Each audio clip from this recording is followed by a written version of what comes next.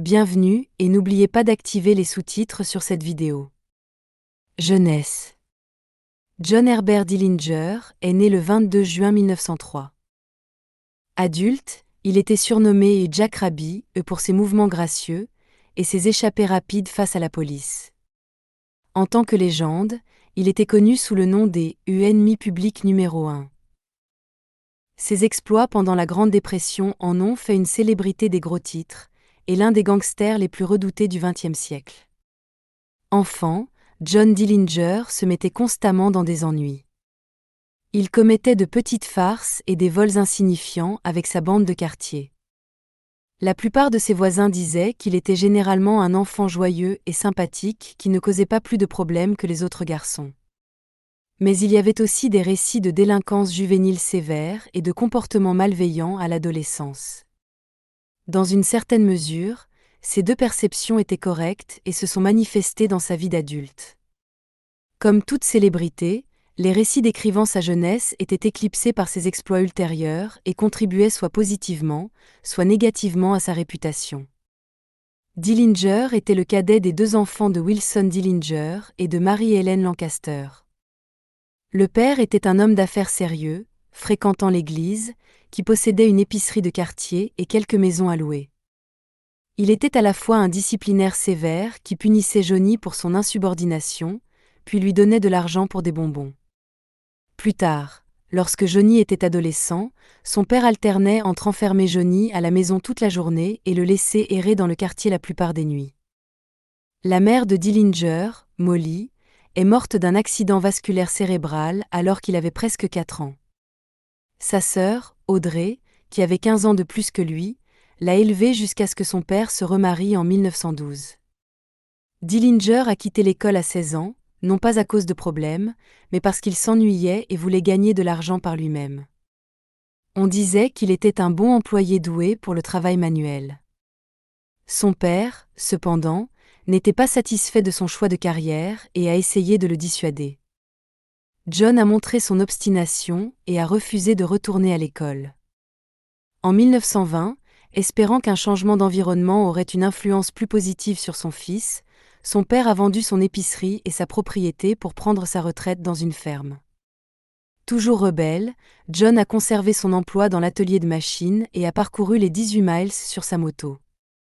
Son comportement sauvage et rebelle a continué avec des escapades nocturnes qui incluaient la boisson, les bagarres et les visites chez les prostituées. Premier crime et condamnation. Les choses ont atteint un point culminant le 21 juillet 1923, lorsque Dillinger a volé une voiture pour impressionner une fille lors d'un rendez-vous. Plus tard, un policier l'a trouvé errant sans but dans les rues d'Indianapolis. Le policier l'a arrêté pour l'interroger et, méfiant face à ses explications vagues, l'a placé en détention. Dillinger s'est échappé et a pris la fuite. Sachant qu'il ne pouvait pas rentrer chez lui, il a rejoint la marine des États-Unis le lendemain. Il a réussi sa formation de base, mais la vie militaire disciplinée ne lui convenait pas. Alors qu'il était affecté à l'U.SS Utah, le même navire qui a été coulé à Pearl Harbor en 1941, il a déserté et est rentré chez lui. Sa carrière militaire de 5 mois était terminée, et il a finalement été révoqué de manière déshonorante. À son retour à Mauresville en avril 1924, John Dillinger a rencontré et épousé Beryl Ethelloview, âgée de 16 ans, et a tenté de s'installer. Sans emploi ni revenu, les jeunes mariés ont emménagé dans la ferme du père de Dillinger. Quelques semaines après son mariage, il a été arrêté pour avoir volé plusieurs poulets. Bien que son père ait réussi à trouver un arrangement pour éviter un procès, cela n'a guère amélioré sa relation avec son père. Dillinger et Beryl ont quitté leur chambre exiguë pour s'installer chez les parents de Beryl à Martinsville, dans l'Indiana. Là-bas, il a trouvé un emploi dans un atelier de tapisserie. Pendant l'été 1924, Dillinger a joué au poste de joueur de deuxième base dans l'équipe de baseball de Martinsville. C'est là qu'il a rencontré et s'est lié d'amitié avec Edgar Singleton, un homme qui buvait beaucoup et qui était un parent éloigné de la belle-mère de Dillinger. Singleton est devenu le premier complice de Dillinger. Il a informé Dillinger d'un épicier local qui transporterait ses recettes quotidiennes en se rendant du travail au salon de coiffure. Singleton a suggéré que Dillinger pourrait facilement voler l'épicier âgé pour l'argent qu'il transporterait, tandis que Singleton l'attendrait dans une voiture de fuite dans la rue. L'incident ne s'est pas bien passé. Dillinger était armé d'un pistolet de calibre .32 et d'un gros boulon enveloppé dans un mouchoir. Il a frappé l'épicier à la tête avec le boulon, mais celui-ci s'est retourné et a attrapé Dillinger et l'arme, la forçant à tirer. Dillinger pensait avoir blessé l'épicier et a pris la fuite dans la rue pour rejoindre la voiture de fuite de Singleton. Personne n'était là et il a rapidement été arrêté par la police. Le procureur local a convaincu le père de Dillinger que si son fils plaidait coupable, le tribunal serait clément.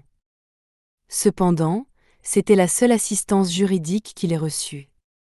John est apparu devant le tribunal sans avocat et sans son père. Le tribunal a été impitoyable, 10 à 20 ans de prison, même si c'était sa première condamnation. Singleton, qui avait un casier judiciaire, a également été arrêté. Grâce à son avocat, il a purgé moins de 2 ans de sa peine de 2 à 4 ans. Emprisonnement et évasion. Dillinger a été envoyé au centre de réforme de l'État de l'Indiana à Pendleton, où il jouait dans l'équipe de baseball de la prison et travaillait dans l'usine de chemises en tant que couturier. La remarquable dextérité manuelle de Dillinger est entrée en jeu, tout comme lorsqu'il était à l'atelier de machines. Il terminait fréquemment 2 fois sa quota dans l'usine de la prison et aidait secrètement à remplir les quotas d'autres hommes. En conséquence, il s'est fait de nombreux amis au sein de la population carcérale. C'est au centre de réforme de l'État qu'il a rencontré Harry Pierpont et Homer Van Meuta, 2 hommes qui allaient un jour se joindre à lui dans sa vie de criminel. Au fil des années passées en prison, la femme et la famille de Dillinger lui rendaient souvent visite. Il écrivait souvent des lettres à Beryl pleines d'affection. « Cher, nous serons tellement heureux quand je pourrai rentrer chez toi et chasser tes chagrins. Car, ma chérie, je t'aime tellement que tout ce que je veux, c'est être avec toi et te rendre heureuse. Écris-moi bientôt et viens plus tôt. » Mais Beryl ne supportait pas bien la séparation. Elle a obtenu le divorce le 20 juin 1929, 2 jours avant son anniversaire. Il était dévasté et a admis plus tard que cet événement avait brisé son cœur. Dillinger a subi un deuxième coup dur lorsqu'on lui a refusé la libération conditionnelle.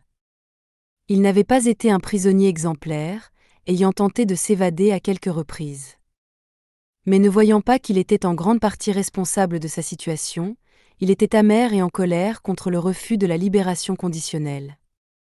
Dans une lettre qu'il a écrite à son père en octobre 1933, il a confié « Je sais que j'ai été une grande déception pour toi, mais je suppose que j'ai fait trop de temps, car là où je suis entré en garçon insouciant, je suis ressorti amer envers tout en général.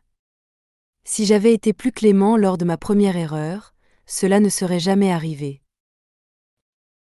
Il a quitté l'équipe de baseball, l'une de ses rares passions, et a demandé à être transféré à la prison d'État de l'Indiana à Michigan City. Dillinger a dit aux responsables de la prison que cette prison avait une meilleure équipe de baseball, mais la vérité était qu'il voulait rejoindre ses amis Pierpont et Van Meuta, qui avaient été transférés plus tôt. Dillinger a trouvé la vie en prison beaucoup plus dure et disciplinée. Il a été surpris de voir autant d'hommes du même âge que son père passer le reste de leur vie en prison. Il est devenu déprimé et renfermé. Il n'a pas rejoint l'équipe de baseball, mais s'est plutôt plongé dans son travail à l'usine de chemises de la prison, produisant le double de sa quota pour aider les autres détenus. C'est pendant cette période que Dillinger a pris les ficelles du métier de criminel chevronné. En plus de renouer avec Pierpont et Van Meuta, il s'est lié d'amitié avec Walter Dietrich, qui avait travaillé avec le tristement célèbre Hermann Lamm. Ancien officier de l'armée allemande, Lamm avait émigré aux États-Unis à la fin des années 1800.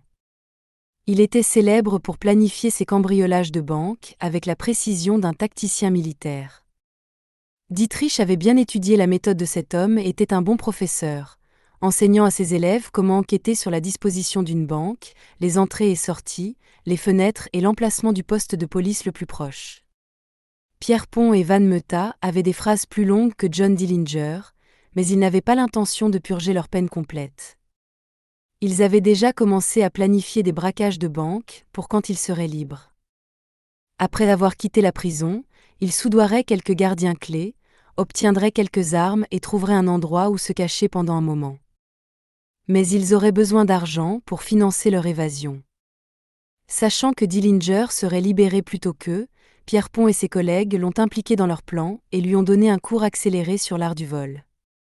Ils lui ont fourni une liste de magasins et de banques à braquer, ainsi que les coordonnées des complices les plus fiables. Ils lui ont également donné des conseils sur où écouler les biens volés et l'argent. En mai 1933, le plan a reçu un coup de pouce inattendu. Dillinger avait passé près de 4 ans en prison d'État. Sa famille lui a appris que sa belle-mère était mourante. Il a obtenu une libération conditionnelle, mais est arrivé chez lui après son décès. Saisissant l'occasion, il s'est associé à quelques hommes de Pierrepont et a commencé une série de vols qui ont rapporté près de 50 000 $. Avec l'aide de 2 complices féminines, Pearl Elliott et Mary Kinder, Dillinger a mis son plan d'évasion en marche.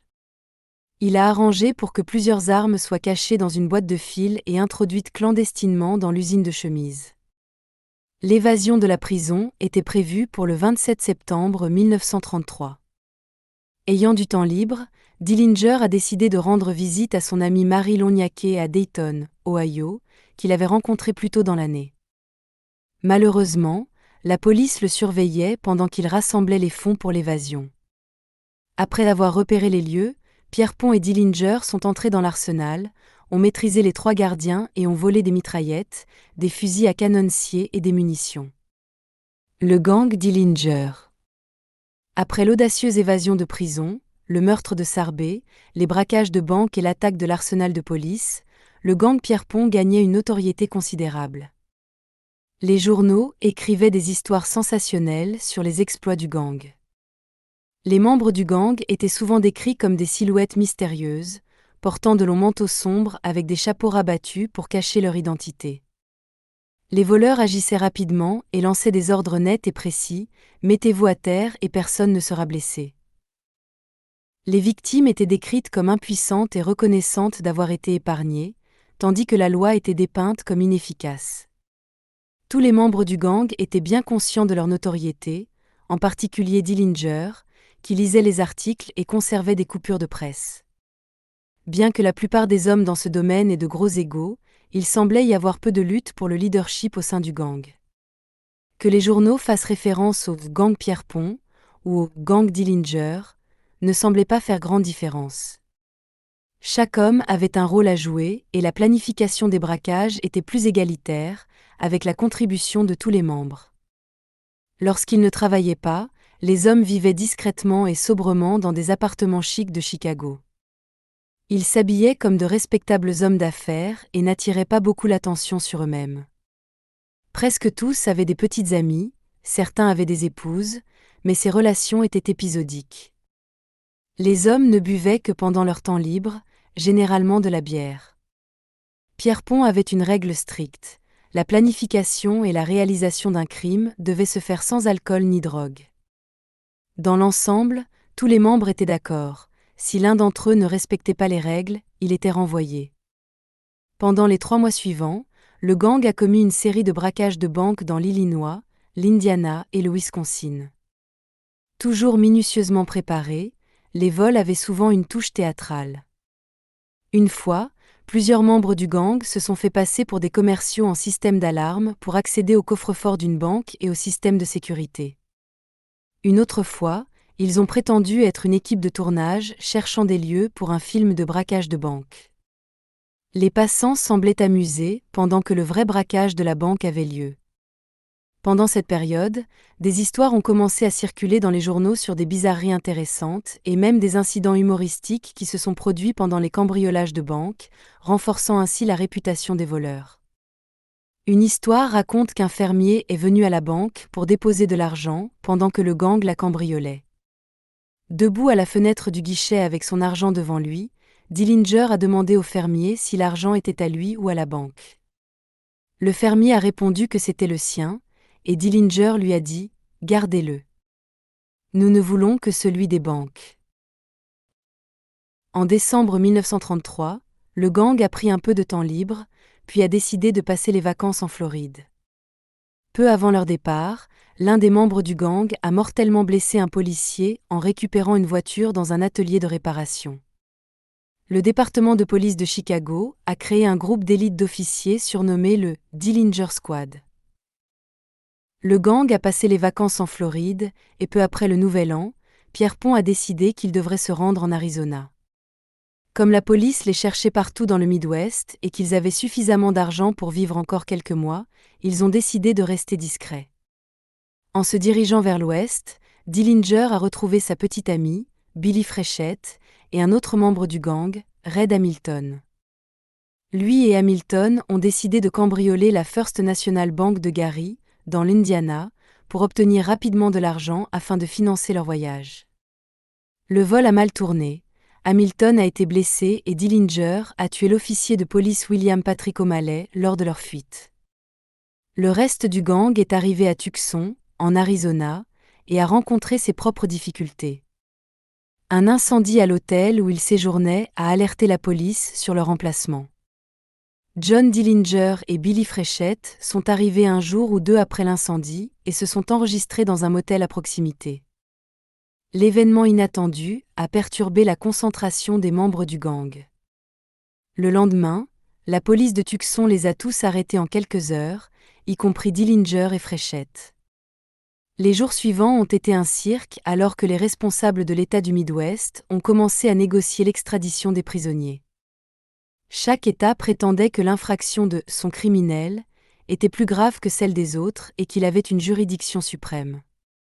Avec le temps, les choses ont été clarifiées et les différents membres du gang ont été affectés à différents États pour leur procès. Dillinger devait retourner en Indiana avec le capitaine de police Matt Leach pour le meurtre de l'officier O'Malley. Le nouveau gang Dillinger. Dillinger fut conduit au bureau du shérif du comté de Lake, Lillian Holley, qui achevait le mandat de son défunt mari, tué en service. Le bureau du shérif était devenu le centre de commandement, avec des journalistes et des photographes entassés dans la pièce exiguë pour obtenir une photo et une citation rapide du célèbre Desperado. À un moment donné, un photographe demanda à Dillinger de poser avec les autres agents. Il obtempéra et posa son coude sur l'épaule du procureur de l'État de l'Indiana, Robert Estill. La photo fut publiée dans de nombreux journaux du Midwest et ruina les chances de l'avocat en herbe de devenir gouverneur plusieurs années plus tard. En attendant son procès, John Dillinger fut placé dans la prison de Crown Point. L'établissement était considéré comme inviolable. Le 3 mars 1934, Dillinger prouva le contraire en s'évadant de prison sans qu'un coup de feu ne soit tiré. La légende raconte que Dillinger sculpta un pistolet en bois, le noircit avec du cirage et s'en servit pour s'échapper. D'autres récits évoquent une corruption au sein de la prison et la complicité de quelqu'un qui lui aurait fourni une arme réelle. Quoi qu'il en soit, Dillinger réussit à échapper à ses poursuivants, vola la voiture de police du shérif Holley et regagna l'Illinois. Cependant, en faisant cela, il franchit une frontière d'État avec la voiture volée, ce qui constitua un délit, attirant l'attention du FBI. Une fois arrivé à Chicago, Dillinger forma rapidement un nouveau gang. Les membres de celui-ci n'étaient pas aussi soigneusement sélectionnés que dans le gang précédent, et comprenaient plusieurs marginaux et quelques psychopathes, dont Lester Gillis, alias Babyface Nelson. Dillinger s'associa également à son ami du centre de rééducation, Homer Van Meuta. Le nouveau gang s'installa dans la région de Saint Paul, Minnesota. Au cours du mois de mars, le gang Dillinger commit une série de crimes dans 4 États, dévalisant une demi-douzaine de banques. Certaines de ces attaques se déroulèrent sans accroc, tandis que d'autres furent plus problématiques. Dillinger et un autre membre du gang furent blessés lors d'un braquage de banque dans l'Iowa et furent contraints de se retrancher dans une cachette du Wisconsin appelée Little Bohemia. Peu après leur arrivée, le propriétaire du chalet, Emil Wanatka, reconnut son nouvel hôte comme le célèbre John Dillinger. Il assura à Wanatka qu'il n'y aurait pas de problème, mais surveilla de près le propriétaire du chalet et sa famille. Les autres membres du gang firent craindre à Wanatka pour la sécurité de sa femme et de sa famille. Il écrivit une lettre au procureur américain, George Fisher, révélant l'identité de ses invités. Sa femme, Nan, convainquit Dillinger de la laisser aller à la fête d'anniversaire de son neveu. Elle réussit à échapper à leur garde du corps, Babyface Nelson, et posta la lettre. Peu après, l'agent local du FBI, Melvin Purvis, fut contacté.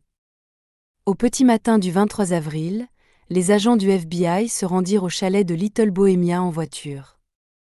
À environ 2 miles de la station, ils éteignirent les phares de la voiture et s'enfoncèrent à pied dans les bois.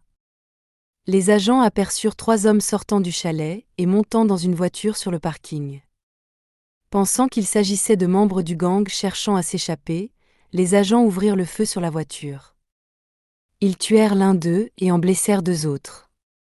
Le chalet résonna de coups de feu lorsque les vrais membres du gang furent alertés de l'intrusion. Suivant un itinéraire d'évasion soigneusement planifié, tous les membres du gang se sont glissés à l'arrière du chalet et ont couru dans différentes directions à travers les bois. Ennemi public numéro 1. À l'approche de l'été en 1934, John Dillinger avait disparu de la vue. En raison de sa notoriété, la vie devenait de plus en plus difficile. Le FBI l'a désigné comme ennemi public numéro 1 et a placé une récompense de $10 000 sur sa tête. Pour échapper à la détection, Dillinger a subi une forme rudimentaire de chirurgie plastique en mai chez Jimmy Probasco, un propriétaire de bar de Chicago ayant des liens avec la pègre. Il a passé le mois suivant chez Probasco en convalescence, sous le nom d'emprunt Jimmy Lawrence. En réalité, Lawrence était un petit voleur qui avait autrefois fréquenté l'ancienne petite amie de Dillinger, Billy Frechette. Le 30 juin 1934, John Dillinger a cambriolé sa dernière banque. Il était accompagné de Van Meuta, de Babyface Nelson et d'un autre individu non identifié. Peu avant midi, le gang est arrivé à la Merchants National Bank à South Bend, dans l'Indiana. En entrant, Nelson a tiré avec sa mitraillette pour attirer l'attention de tout le monde à l'intérieur de la banque, ce qui a également attiré l'attention à l'extérieur. Les quelques minutes suivantes se sont déroulées comme une scène d'un film de gangster hollywoodien. Plusieurs personnes se sont précipitées vers la banque, dont l'officier de police Howard Wagner. Il s'est caché derrière une voiture et a commencé à tirer sur Van Meuta, qui faisait le guet devant la banque.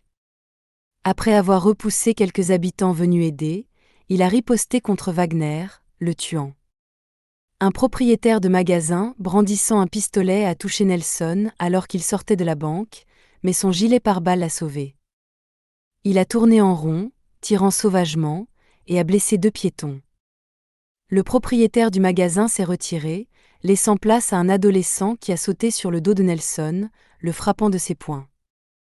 Nelson l'a jeté par la fenêtre et a tiré, touchant la main du garçon. Alors que Dillinger et les autres sortaient de la banque avec des otages, la police et les citoyens ont ouvert le feu sur eux. La plupart de leurs balles ont touché les otages.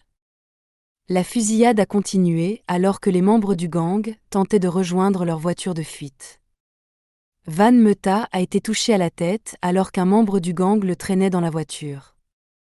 La balle, de calibre .22, est entrée dans son front près de la racine des cheveux et s'est logée sous son cuir chevelu, ressortant à 6 pouces à l'arrière. Le butin total du braquage de la banque n'a rapporté que $4 800 à chaque membre du gang. Il a été révélé plus tard que l'accueil sans précédent des citoyens équitables de South Bend avait été stimulé par leur avidité pour l'argent de la récompense. Et on ne sait pas exactement comment Dillinger a rencontré Anna Sage, également connue sous le nom d'Anna Campana. Certaines histoires disent que leur relation remonte à plusieurs années. D'autres disent qu'ils se sont rencontrés à l'été 1934 par l'intermédiaire de sa petite amie, Polly Hamilton, qui travaillait pour Sage. Sage est née dans un petit village en Roumanie et a déménagé aux États-Unis avec son mari en 1909, s'installant à East Chicago, dans l'Indiana. Peu après la naissance de son fils, son mariage a échoué et elle s'est soutenue en tant que prostituée, puis en tant que tenancière pour le gangster Big Bill Subotish. Plus tard, après la mort de Big Bill, elle a ouvert son propre bordel. Pendant un certain temps, elle a fait l'objet d'une enquête pour violation de l'immigration par le service de l'immigration et de la naturalisation, et a été accusée d'être une étrangère de basse moralité. À un moment donné pendant son séjour à East Chicago, elle s'est impliquée avec l'un des détectives de la police de la ville, Martin Zarkovich, soit en tant qu'ami, soit en tant qu'intérêt romantique. Après que Sage ait parlé à Zarkovich de ses problèmes avec le service de l'immigration, il a organisé une réunion avec l'agent du FBI Melvin Purvis. Purvis et Sage se sont rencontrés le 19 juillet 1934, et il a promis de faire tout ce qu'il pouvait pour arrêter sa procédure d'expulsion, mais a dit qu'il ne pouvait rien garantir. Elle a accepté de collaborer avec Purvis et de le tenir informé du moment où Dillinger pourrait venir chez elle. Purvis a rassemblé une équipe d'agents du FBI et de tueurs à gages issus de forces de police extérieures, car il estimait que la police de Chicago avait été compromise et ne pouvait pas être digne de confiance. Les derniers mois et la mort. Le dimanche 22 juillet, à 17h, Anna Sage a dit aux agents du FBI qu'elle et Dillinger prévoyaient d'aller au cinéma. Elle a mentionné qu'ils allaient soit au Biographe, soit au théâtre Marlborough. Purvis a décidé de surveiller le Biographe lui-même. 2 autres agents étaient postés au Marlborough. Purvis se tenait à quelques pas de l'entrée du théâtre lorsque le film s'est terminé. Alors que Dillinger passait, il a regardé Purvis droit dans les yeux, mais n'a montré aucune indication de reconnaissance ou de suspicion. Suivant le signal préarrangé, Purvis a allumé un cigare. Alors que Dillinger et les 2 femmes marchaient dans la rue, Purvis a rapidement sorti son arme et a crié, les mains en l'air, « Johnny, nous vous avons encerclé ». Dillinger a commencé à courir, plongeant la main dans sa poche pour sortir une arme. Il s'est engouffré dans une ruelle juste au moment où une volée de coups de feu l'a accueilli. 4 balles ont touché son corps, 3 par l'arrière et 1 par l'avant. 2 balles ont effleuré son visage juste à côté de son œil gauche. La 3e, le coup fatal, a pénétré à la base du cou et a remonté pour toucher la 2e vertèbre, puis est ressorti sous son œil droit. Peu à peu, une foule s'est formée autour du corps sans vie de Dillinger, et plusieurs personnes ont trempé des mouchoirs dans le sang pour en faire des souvenirs. La police a finalement dû intervenir pour éloigner les gens afin que les agents fédéraux puissent sécuriser la scène et retirer le corps de Dillinger. Dillinger a été emmené à l'hôpital des Frères Alexiens et officiellement déclaré mort avant d'être transporté à la morgue du comté de Cook. La foule a suivi les agents du FBI et le corps jusqu'à la morgue et dans la salle d'autopsie. Pendant ce temps, des centaines de spectateurs attendaient dehors jusqu'à tard dans la nuit, espérant apercevoir le hors-la-loi abattu. Tout au long du jour suivant, environ 15 000 personnes ont défilé devant le corps de John Dillinger, avant qu'il ne soit emmené à la maison funéraire MC Cready. De là, il a été placé dans un corbillard et escorté par la police jusqu'à la frontière de l'Indiana pour son voyage de retour à Mauresville, dans l'Indiana. À la Harvey Funeral Home, la sœur de Dillinger, Audrey, a identifié le corps. Il a reçu une sépulture chrétienne le 25 juillet 1934 et a été inhumé dans la parcelle familiale du cimetière de Crown Hill à Indianapolis, dans l'Indiana.